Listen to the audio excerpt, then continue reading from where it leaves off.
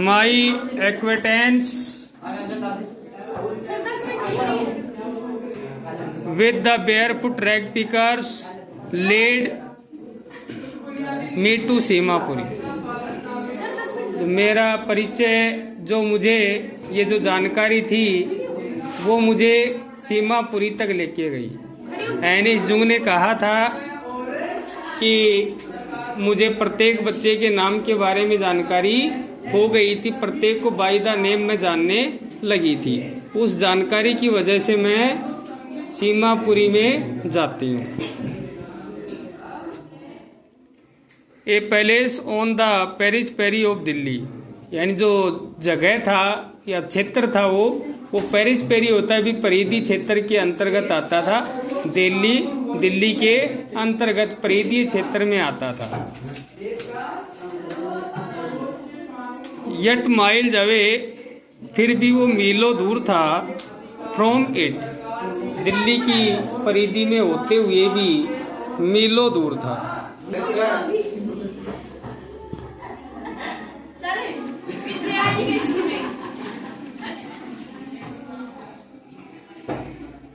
फिर भी वो मीलों दूर था।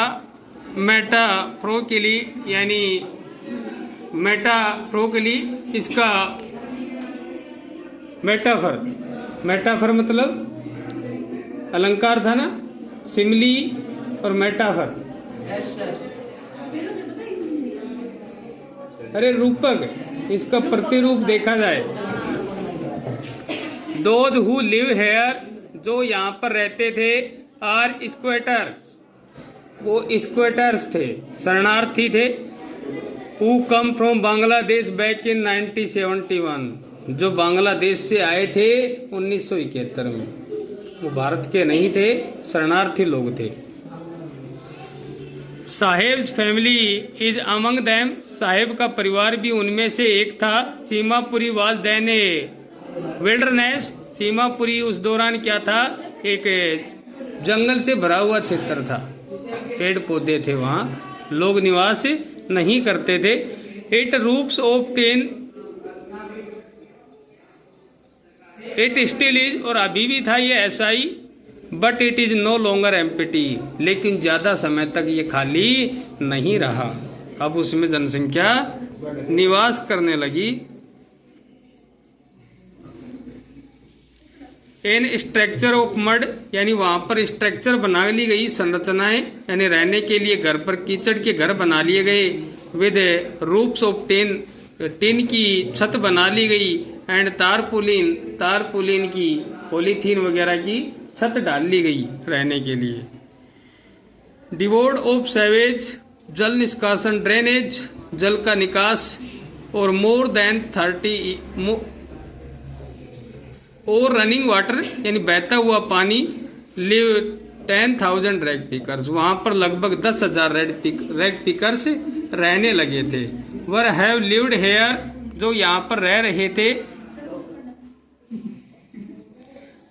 फॉर मोर देन 30 ईयर, लगभग 30 साल से ज्यादा। 1971 में 30 जोड़ेंगे तो 2001, लगभग एडिशन 2001 का है बुक का। अब इससे समझो आप, ये बुक का एडिशन कब का है, 2001 का। अब कौन सी चल रही है, बस तो अब समझ जाओ, 23 साल पुरानी लिखी हुई बातें आज हम आपको पढ़ा रहे हैं।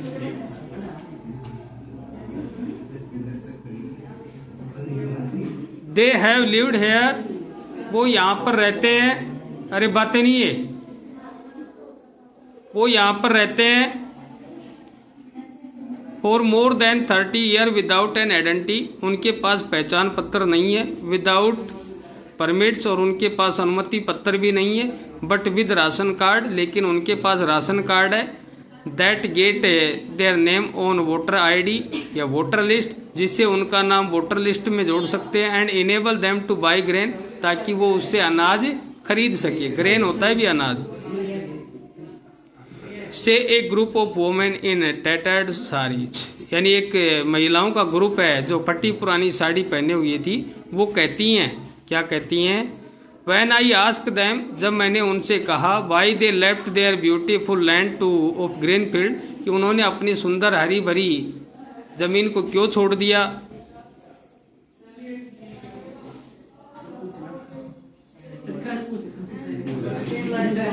बोलने के लिए थोड़ी कहा आपको,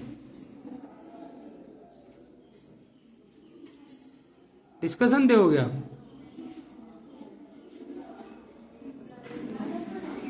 तो मैंने पूछा उनसे कि आपने अपनी सुंदर जमीन को क्यों छोड़ दिया, फील्ड एंड रिवर, खेतों को और नदियों को। When ever they find food, जब कभी उनको भोजन मिलेगा, जहाँ कहीं भी भोजन मिलेगा वो वहीं पर जाएंगे। अर्थात वहाँ पर कोई दिक्कत हुई थी फ्लड वगैरह की, बाढ़ वगैरह आया था और उससे क्या हो गया था, जमीन डिस्टर्ब हो गई थी, खेत और घर उनके बह गए थे।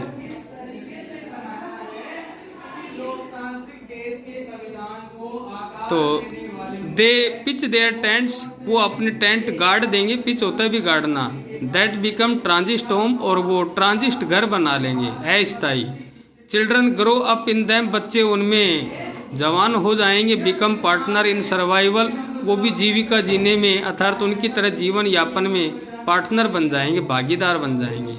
And survival in Seemapuri means rag picking, और सीमापुरी में रैग पिकिंग करना मतलब जीवन यापन करने का मतलब रैग पिकिंग करना था, कचरा इकट्ठा करना था।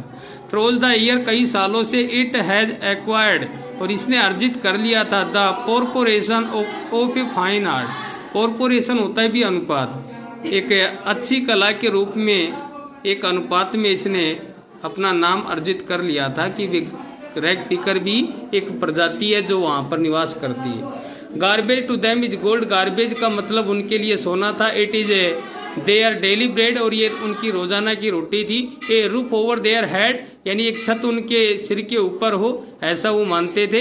Even if it is A leaking roof, या चाहे वो छत लीक करती हो, रिसाव करती हो, कैसी भी हो, but for a child it is even more, एक बच्चे के लिए ये ज्यादा अच्छी थी, ज्यादा अधिक थी।